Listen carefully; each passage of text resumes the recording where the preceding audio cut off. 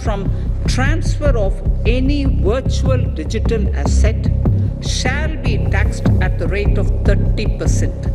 आज हमारा देश एकमात्र देश होगा पूरी दुनिया में जो क्रिप्टो करेंसी बिल लाने से पहले क्रिप्टो टैक्स लगा देता है।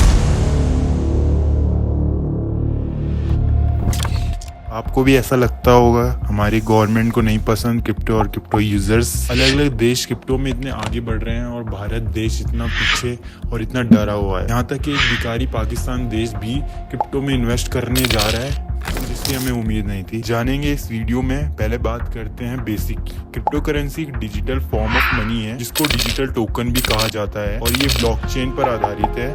बिटकॉइन माइनर द्वारा उसकी फर्स्ट ट्रांजैक्शन से लेकर होने वाली सारी ट्रांजैक्शन को ब्लॉकचेन बोला जाता है और ये सारी ट्रांजैक्शन पब्लिक होती हैं। ट्रांजैक्शन के समूह को ही हम ब्लॉकचेन बोलते हैं। इनके फायदे और नुकसान दोनों हैं। फायदों की बात करें तो फेक करेंसी बनाना बहुत मुश्किल है। फिजिकल ना होने के कारण इसका चोरी होने का भी कोई खतरा नहीं है। ये करेंसी की सारी ट्रांजैक्शन पब्लिक होती है जिसकी वजह से ये ट्रेसेबल है।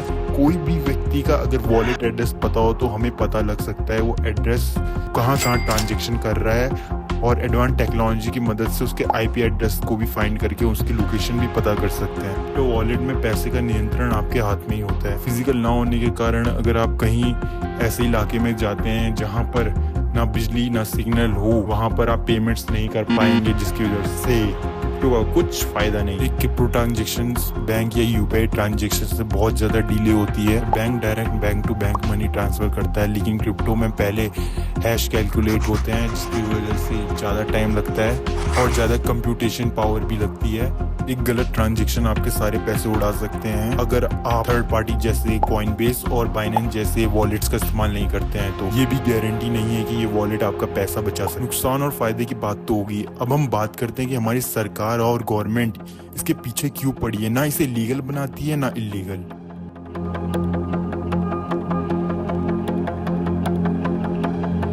ये एकदम मालिक और कुत्ते के रिलेशन जैसा है जिस मालिक को लॉयल्टी भी चाहिए लेकिन वो कुत्ते को मीट का बड़ा हिस्सा भी नहीं देना चाहता।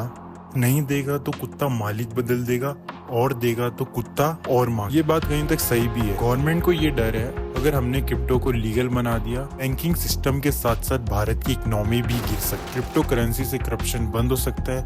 साथ ही साथ भारत में गवर्नमेंट की मनी कंट्रोल की पावर भी बंद हो जाएगी। क्रिप्टो मार्केट बहुत वॉलेटाइल होता है। जैसे कि आप एक 10 रुपए का लेज ले जिसकी कीमत 500 संतोषी है लेकिन 1 घंटे के बाद वही लेज 300 संतोषी तक जा सकता है और 1 दिन के बाद वही लेज 1000 संतोषी तक जा सकता है। इससे मार्केट बहुत ऊपर नीचे होगा, लोगों को बहुत परेशानी होगी और ये सिस्टम अभी चल नहीं। मतलब पाकिस्तान गरीब का गरीब ही रहेगा लेकिन फ्यूचर में इसके स्टेबल होने के बहुत ज्यादा चांसेस। तो क्रिप्टो तो फ्यूचर है ही।